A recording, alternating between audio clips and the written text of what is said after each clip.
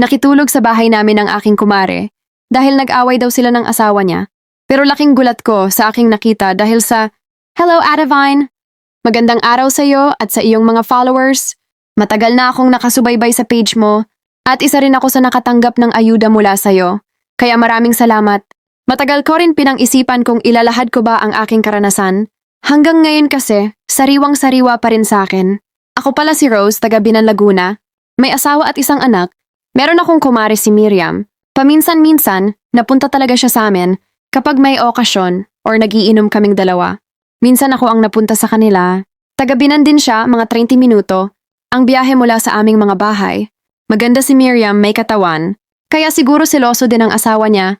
Kasi kung manamit parang dalaga talaga. Isang gabi, pumunta si Miriam sa bahay. At umiiyak, nagulat kaming mag-asawa sa pagdating niya. Sinaktan daw siya ng asawa nito dahil may pinagsiselosan na naman ng asawa nito. Dahil hindi na siya iba sa amin, pinatuloy ko, pinakain ko, binigyan ko ng damit na pamalit. Bago kami matulog, nagkwentuhan pa kami at habang kami ay nagkukwentuhan, ay tumutoma kami.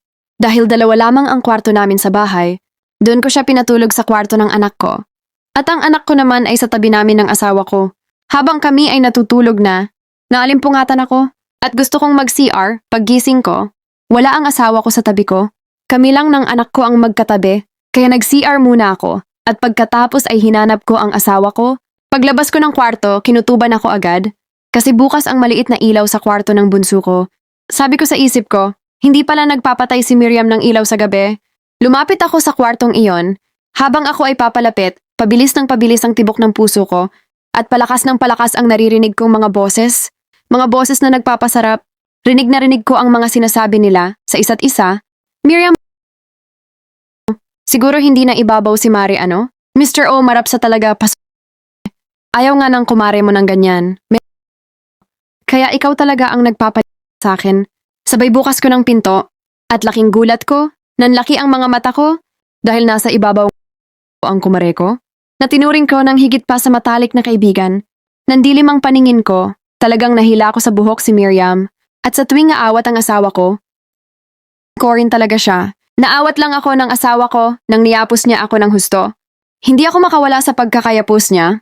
Kaya agad nakapagbihis si Miriam at nakaalis. Ate Vine, sa nangyaring iyon, hindi naman kami nagkahiwalay ng asawa ko. Humingi siya ng sorry at nagmakaawa na huwag ko siyang palayasin. Nanahimik din ako about sa nangyari. Hindi ko sinabi sa asawa ni Miriam kasi asawa ko ang mapapahamak. Nakikita ko naman ang pagbawi ng asawa ko pero isang taon na ang nakalipas. Ramdam ko pa rin ang sakit, yung sakit na bumaon ng sobra sa puso ko at naapektuhan na talaga ang pagsasama namin kahit pa sa bengbangan. Hindi ako makapokus, iniisip ko kasi baka si Miriam ang nasa isip niya at hindi ako. Hanggang ngayon, iniisip ko pa rin kung anong tamang gawin ko para tuluyan na akong makamove on. Makipaghiwalay na lang ba ako ng tuluyan? Or pakisamahan na lang siya dahil may anak kami? Pahingi naman ng karagdagang payo. Mula sa mga followers mo, Ate Vine, bilang babae, bilang may asawa, ngayon ko lang nalaman, kapag sa'yo na mismo mangyari, hindi mo na rin alam ang tama at mali. Na dapat mong gawin hanggang dito na lang. Maraming salamat sa inyong pakikinig at pag-uunawa